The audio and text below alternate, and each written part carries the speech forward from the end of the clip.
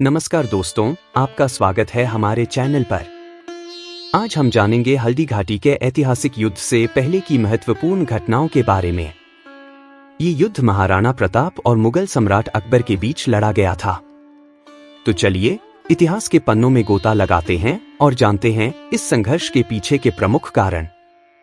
एक राजनीतिक अस्थिरता और संघर्ष। 16वीं शताब्दी का भारत विभिन्न राज्यों में विभाजित था। मुगल साम्राज्य का विस्तार तेजी से हो रहा था और अकबर ने अनेक राजपूत राज्यों को अपने अधीन कर लिया था। राजस्थान के राजपूत राजाओं में से अधिकतर ने अकबर की सत्ता को स्वीकार कर लिया था, लेकिन मेवाड़ के महाराणा प्रताप ने अपने राज्य की स्वतंत्रता बनाए रखने का निश्चय किया। मेवाड़ की भूमि पर गौरव और स्वतंत्रता की भावना प्रबल थी। महाराणा प्रताप की निष्ठा और साहस ने उन्हें अपने राज्य के लिए संघर्ष करने के लिए प्रेरित किया। 2. अकबर की नीति। अकबर ने राजपूतों को अपने साम्राज्य में मिलाने के लिए अनेक प्रयास किए। उन्होंने कूटनीति और विवाह संबंधों के माध्यम से कई राजपूत राज्यों को अपने साथ मिला लिया।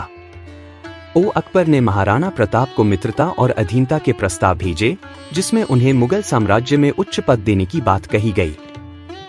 लेकिन महाराणा प्रताप ने इन प्रस्तावों को ठुकरा दिया, क्योंकि वे अपनी भूमि की स्वतंत्रता को किसी भी मूल्य पर नहीं खोना चाहते थे।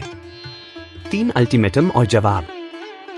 अकबर ने महाराणा प्रताप को एक अंतिम चेतावनी भेजी, जिसमें उनसे अपने राज्य को मुगल साम्राज्य के अधीन करने की मांग की गई। महाराणा प्रताप ने इस चेतावनी को भी अस्वीकार कर दिया और मेवाड़ की स्वतंत्रता की रक्षा करने का संकल्प लिया। महाराणा प्रताप ने कहा, मैं मेवाड़ की एक एक इंच भूमि के लिए लड़ूंगा और उसे स्वतंत्र रखूंगा।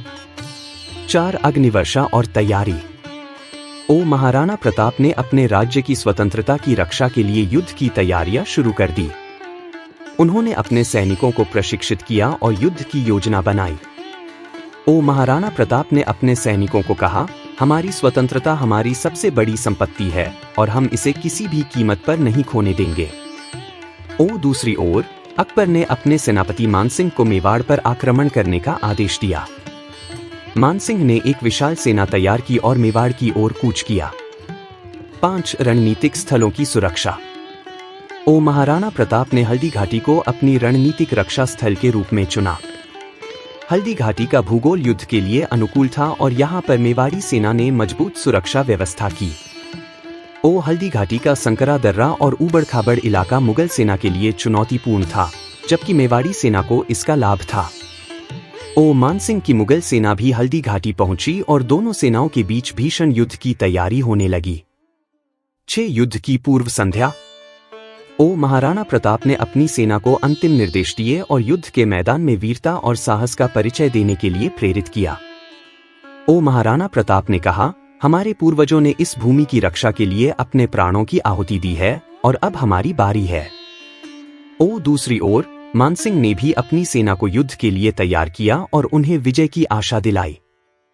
7. कूटनीतिक प्रयास और विफलता। युद्ध से पहले दोनों पक्षों ने कूटनीतिक प्रयास किए ताकि युद्ध को टाला जा सके, लेकिन महाराणा प्रताप की स्वतंत्रता की भावना और अकबर की सत्ता की भूख ने किसी भी समझौते को असंभव बना दिया। महाराणा प्रताप ने स्पष्ट कर दिया कि वे किसी भी मूल्य पर अपनी स्वतंत्रता नहीं छोड़ेंगे, जबकि अकबर ने भी अपने साम्राज्य के विस्तार के लिए कोई कोरकसर नहीं छोड़ी। तो दोस्तों, ये थी वे प्रमुख घटनाएं और कारक जो हल्दी घाटी के ऐतिहासिक युद्ध की ओर ले गए। महाराणा प्रताप और मुगल सम्राट अकबर के बीच यह संघर्ष भारत के इतिहास में एक महत्वपूर्ण स्थान रखता है। अगले वीडियो में हम जानेंगे इस युद्ध के प्रमुख घटनाक्रम और इसके परिणामों के बारे में। हमारे चैनल को सब्सक्राइब करें, लाइक करें और शेयर करें ताकि आप इतिहास की ऐसी ही रोमांचक कहानियों से जुड़े रहें। धन्यवाद।